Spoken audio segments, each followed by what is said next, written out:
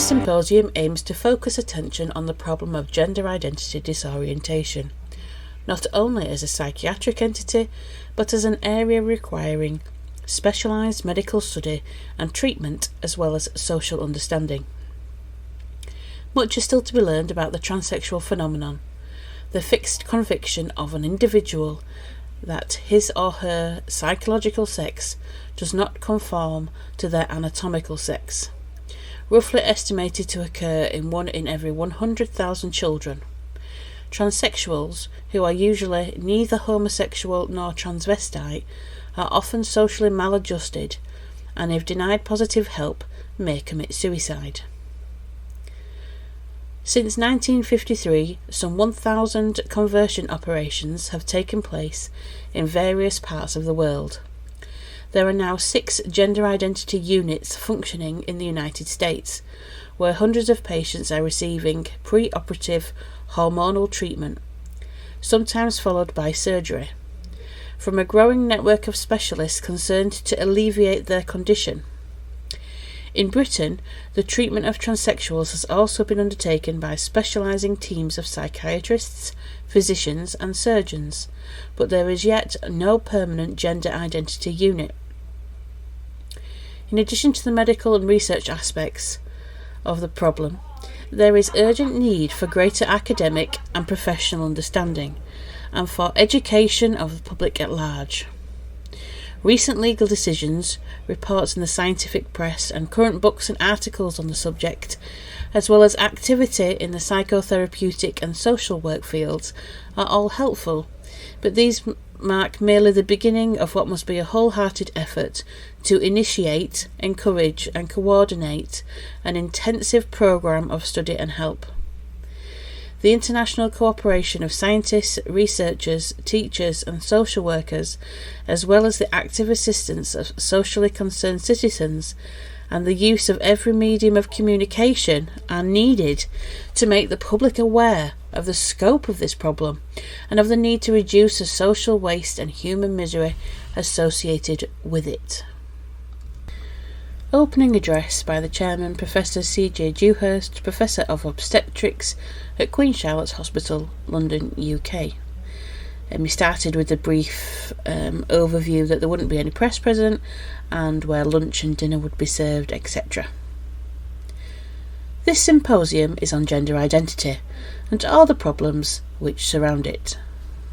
Now, I believe it is wise to be as clear as possible about our terms of reference, as that we all know what we are talking about.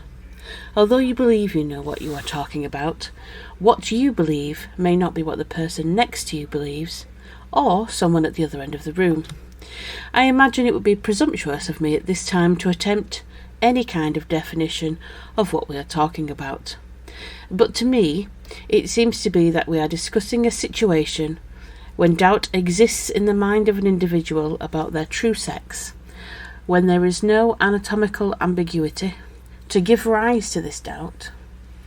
Now, if we're going to discuss this, we're going to have to discuss it in depth, not only in perhaps its most extreme form, which most of us know as transsexualism, but other forms when the doubt may be of minor degree, perhaps when it is insufficient to stop at dressing from time to time as a member of the opposite sex, which many of us would agree to call transvestism. But if we are going to try and discuss this problem in depth, we are going to come across many, many questions that I hope will be answered during the course of this symposium. One question that immediately arises from this brochure is whether, in fact, there is a fundamental difference between transvestism and transsexualism, or whether they are not degrees of the same condition. I put this forward simply as one of the many questions which will arise. All I intend to do is to pose a few questions which I hope will be answered during the course of this meeting. I will do no more than to put them forward to you now, hoping that in my closing remarks I shall be able to answer some of them. If we take the first group of questions concerning the nature of the problem under discussion, as a scientist, I hope we will learn something of the nature of the problem under discussion. What, for instance, do we know already of its origin?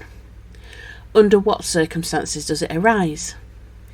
Are there certain consistent endocrine or chromosomal changes associated with it, or asymptomatic or enzyme? What physical investigations are required in any patient who appears to be suffering from transsexualism or associated conditions? What investigations are likely to be helpful to allow us to learn more about the underlying sense of the condition? How often, if ever, is there any physical ambiguity of sex to go with the confusion in the patient's mind? These are a number of questions which occurred to me about the underlying nature of the condition. Now, another group of questions concerns what I would regard as care of the condition. As a clinician, I like to think that I consider cures and care of any condition as important, and if we regard the condition as an abnormality that would be cured by getting the patient to accept their true anatomical sex, can say that this is ever possible. I essentially regard this as one of the most difficult conditions that I have ever come across in a clinical medicine. Is a cure, in the sense of the word, ever possible? How should it be achieved? At what age is it wise to take it very seriously? Every case record that one reads concerning a case of transsexualism makes it clear that the very first indications are evident in early childhood.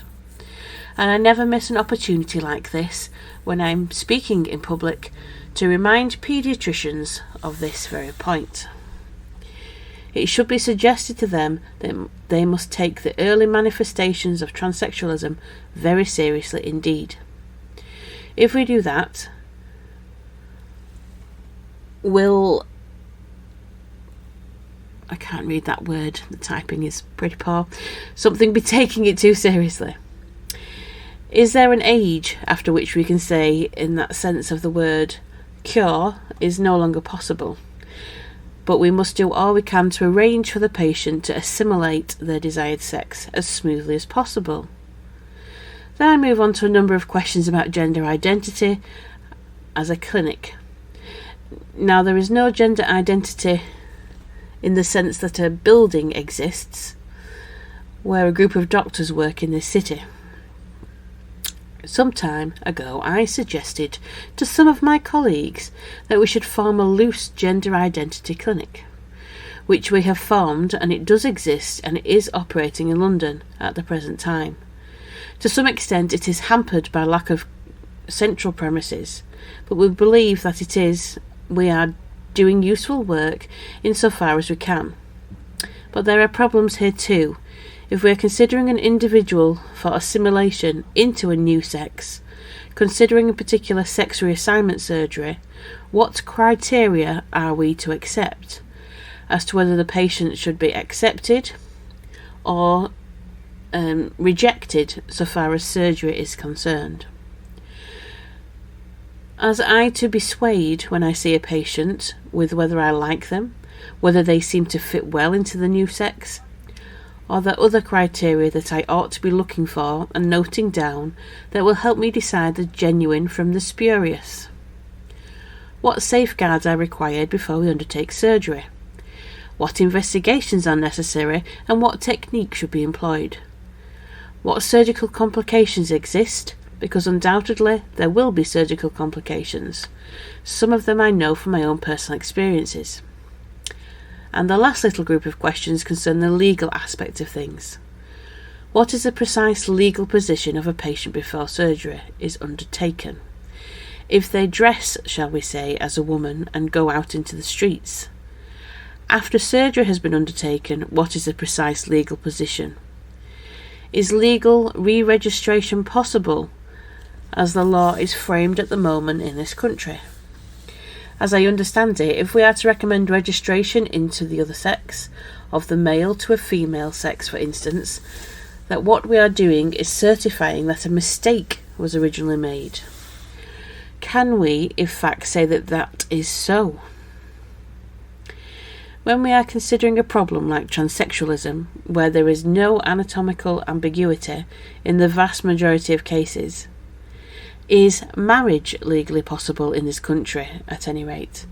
Is it successful?